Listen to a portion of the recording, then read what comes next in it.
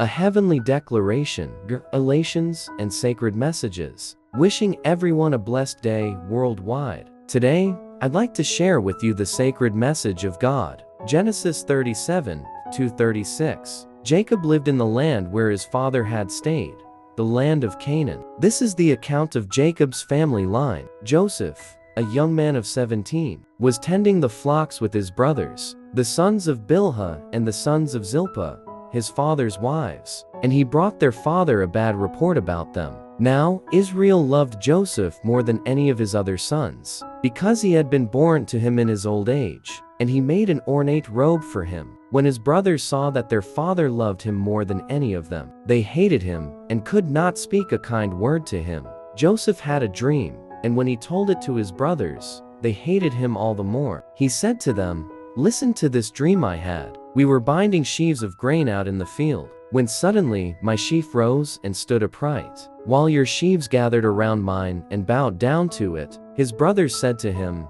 "Do you intend to reign over us? Will you actually rule us?" And they hated him all the more because of his dream and what he had said. Then he had another dream, and he told it to his brothers. "Listen," he said, "I had another dream, and this time the sun and moon and 11 stars were bowing down to me." When he told his father as well as his brothers, his father rebuked him and said, "What is this dream you had? Will your mother and I and your brothers actually come and bow down to the ground before you?" His brothers were jealous of him, but his father kept the matter in mind. Now his brothers had gone to graze their father's flocks near Shechem, and Israel said to Joseph, "As you know, your brothers are grazing the flocks near Shechem. Come, I am going to send you to them." "Very well," he replied. So he said to him, "Go and see if all is well with your brothers and with the flocks, and bring word back to me." Then he sent him off from the valley of Hebron. When Joseph arrived at Shechem, a man found him wandering around in the fields and asked him, "What are you looking for?" He replied, "I'm looking for my brothers. Can you tell me where they are grazing their flocks?" "They have moved on from here," the man answered. "I heard them say, 'Let's go to Dothan.'" So Joseph went after his brothers and found them near Dothan. But they saw him in the distance, and before he reached them, they plotted to kill him. "Here comes that dreamer," they said to each other. "Come now, let's kill him and throw him into one of these cisterns, and say that a ferocious animal devoured him. Then we'll see what comes of his dreams." When Reuben heard this, he tried to rescue him from their hands. "Let's not take his life," he said. "Don't shed any blood. Throw him into the cistern here in the wilderness, but don't lay a hand on him." Reuben said this to rescue him from them and take him back to his father. So when Joseph came to his brothers, they stripped him of his robe, the ornate robe he was wearing, and they took him and threw him into the cistern. The cistern was empty. There was no water in it. As they sat down to eat their meal, they looked up and saw a caravan of Ishmaelites coming from Gilead. Their camels were loaded with spices, balm, and myrrh, and they were on their way to take them down to Egypt. Judah said to his brothers, "What will we gain if we kill our brother and cover up his blood? Come, let's sell him to the Ishmaelites and not lay our hands on him. After all, he is our brother, our own flesh and blood." His brothers agreed. So when the Midianite merchants came by, his brothers pulled Joseph up out of the cistern and sold him for 20 shekels of silver to the Ishmaelites, who took him to Egypt. When Reuben returned to the cistern and saw that Joseph was not there, he tore his clothes. He went back to his brothers and said,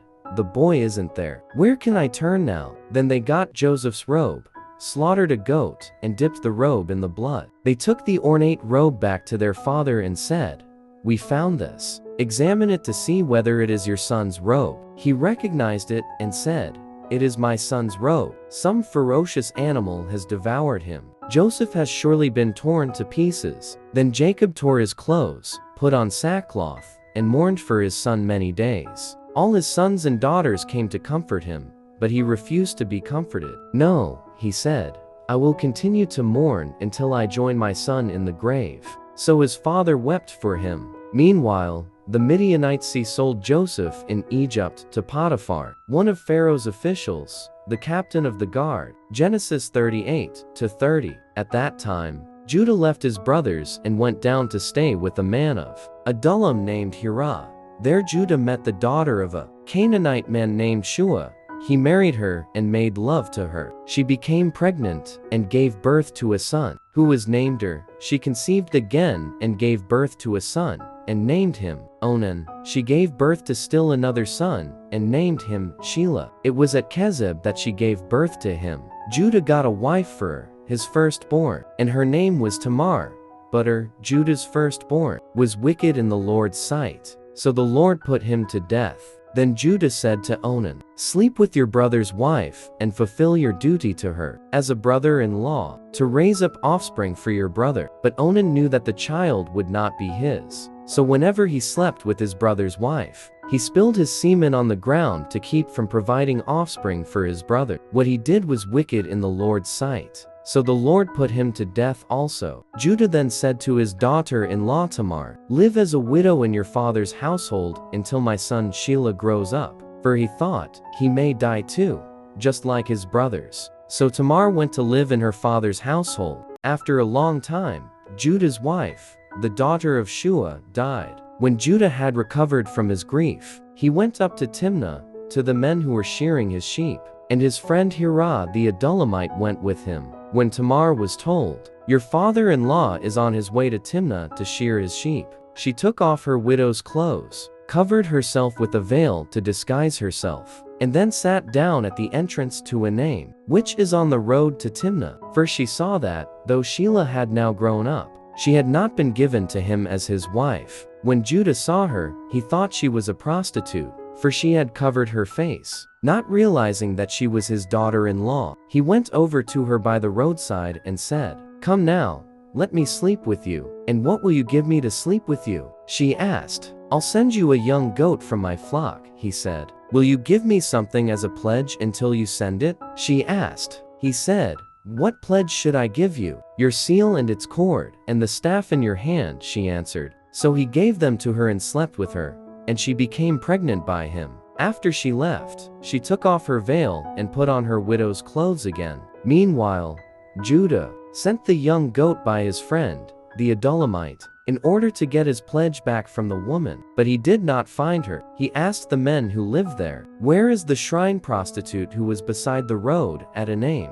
"There hasn't been any shrine prostitute here," they said. So he went back to Judah and said, "I didn't find her." Besides, the men who lived there said, "There hasn't been any shrine prostitute here." Then Judah said, "Let her keep what she has, or we will become a laughingstock. After all, it sent her this young goat, but you didn't find her." About 3 months later, Judah was told, "Your daughter-in-law Tamar is guilty of prostitution, and as a result, she is now pregnant." Judah said, "Bring her out and have her burned to death." As she was being brought out, she sent a message to her father-in-law. "I am pregnant by the man who owns these," she said. And she added, "See if you recognize whose seal and cord and staff these are." Judah recognized them and said, "She is more righteous than I, since I wouldn't give her to my son Shelah." And he did not sleep with her again. When the time came for her to give birth, there were twin boys in her womb. As she was giving birth,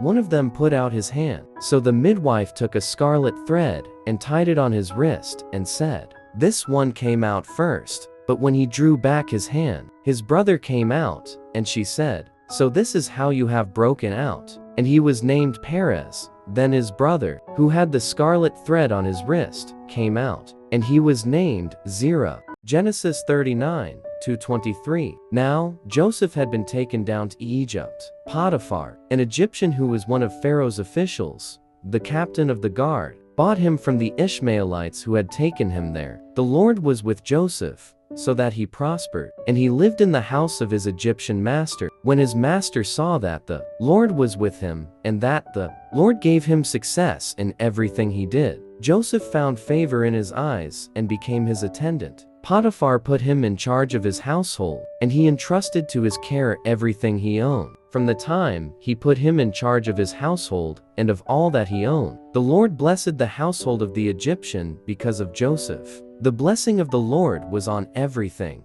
Potiphar had, both in the house and in the field. So Potiphar left everything he had in Joseph's care. With Joseph in charge, he did not concern himself with anything except the food he ate. Now, Joseph was well built and handsome, and after a while his master's wife took notice of Joseph and said, "Come to bed with me." But he refused. "With me in charge," he told her, "my master does not concern himself with anything in the house. Everything he owns he has entrusted to my care. No one is greater in this house than I am. My master has withheld nothing from me except you, because you are his wife. How then could I do such a wicked thing and sin against God?" And though she spoke to Joseph day after day, he refused to go to bed with her or even be with her. One day he went into the house to attend to his duties, and none of the household servants was inside. She caught him by his cloak and said, "Come to bed with me." But he left his cloak in her hand and ran out of the house. When she saw that he had left his cloak in her hand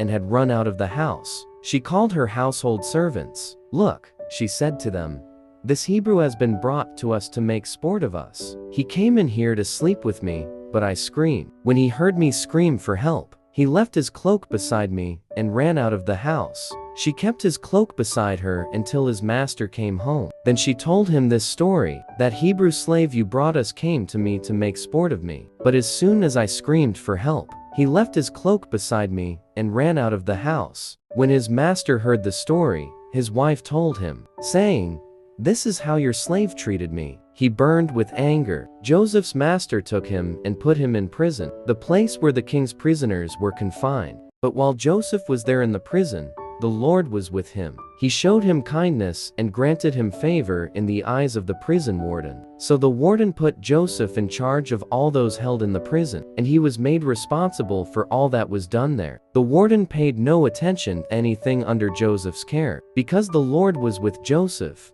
and gave him success in whatever he did. Blessed are those who hear the word of God and keep it. Remember to never stop praying and to keep reading the Bible, because God speaks to us through his word.